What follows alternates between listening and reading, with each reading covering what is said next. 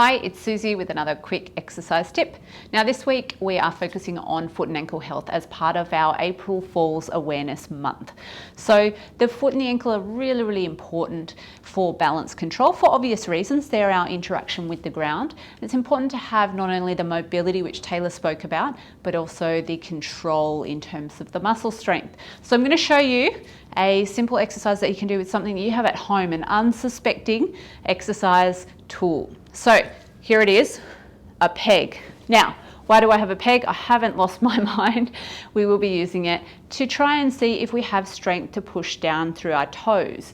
As we're taking our steps and as we're feeling the ground, we need to be able to push pressure down through the toes. This is a little bit different to scrunching, which is what a lot of people tend to get people to do with towels. Okay, so I want to focus more on the push down, and especially having a good strong push down in all of those toes is really going to help us control our balance as we shift forward. So it's very simple. You're going to put the peg on the ground in front of you with the handle section that you squeeze normally with your fingers in front of you, and we're going to start toe by toe. So we're going to start with our big toe and just try and open the peg.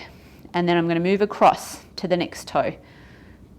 And when I'm doing this, one of the really important things to be able to do is to make sure that you're keeping your heel on the ground, okay? And ideally, if we can, we want to keep the front part of our foot off on the ground as well.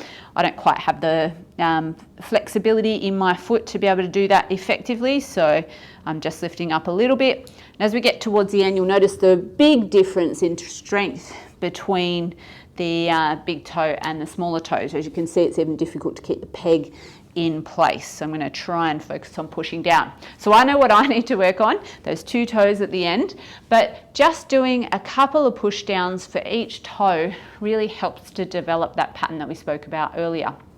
So if you aim to do that on each side, it should only take you a couple of minutes. If you can do it every day, repetition is really what's going to build the power and the strength in these muscles, and also the motor control. What you might find is when you first start doing it, especially with the foot muscles and the toes, we tend to look at our feet and they don't always respond in the way that we want them to. So you might have to really focus on watching them while you're doing them so that you can see the big toe pushing down or the second toe pushing down.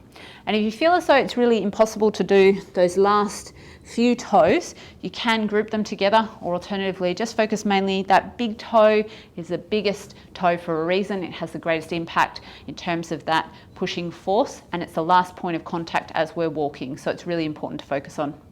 So I hope you've enjoyed today's tip. Stay safe, stay active, and I'll see you soon for another quick exercise tip.